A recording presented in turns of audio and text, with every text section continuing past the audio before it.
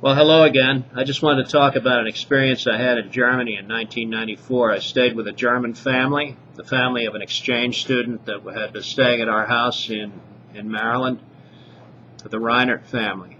And uh, they were living in a town of Lutzelenden, just outside of Gießen, Germany. And it was very interesting. One of the main interests in my life is the World War II era, and this was right up my alley, going to this place and going through Gießen, Germany, which had been roughly 75% destroyed during World War II by air raids.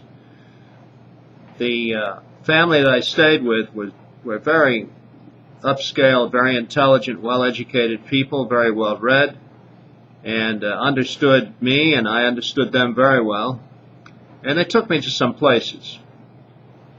One of the things that I saw was the ruins of a 16th century Benedictine monastery, as they described it, not far away from where they lived. And we went to this place, and by chance, my host walked by what looked like a small cemetery. He had not noticed it before. When we walked in there and started reading some of the grave markers and so forth, we realized what a tremendous, important find this was for us as people, looking upon the past and the effects of how war affects people and destroys lives. I saw the grave markers of 25 German soldiers, all of the same unit. All of them had been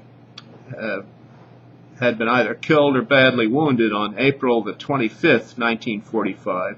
Some of them had died some months later, some died a few days later, and so on. But all of them apparently were the same platoon. This was nearly the end of the war, not too far from the time when Hitler would commit suicide rather than risk being captured and facing his accusers in a war crimes trial, which I hope would have happened. The other thing that we noticed is that the entire little cemetery was divided in two. Well, half of the graves were German soldiers.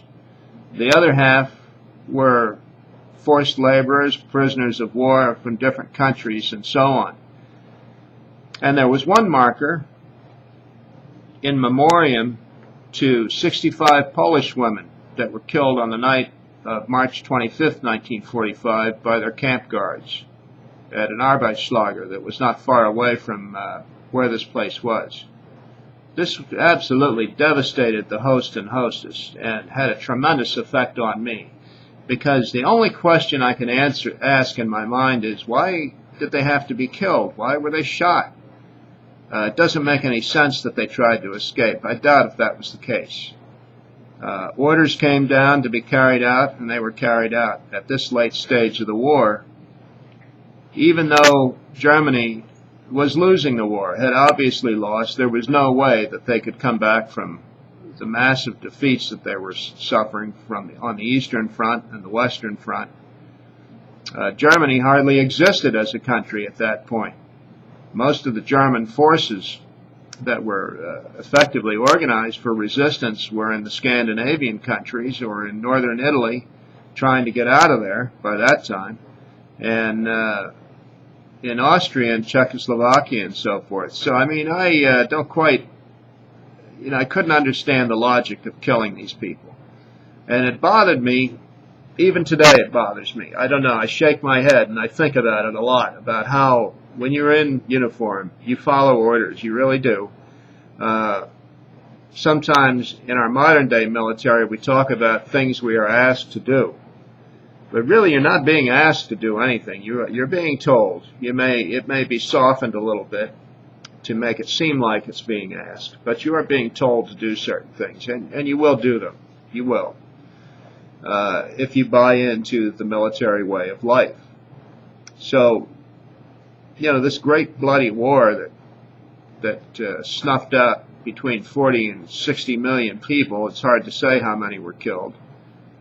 And these and it happened right to the end, right to the bitter end. You know, I was at the Pearl Harbor Memorial, and they have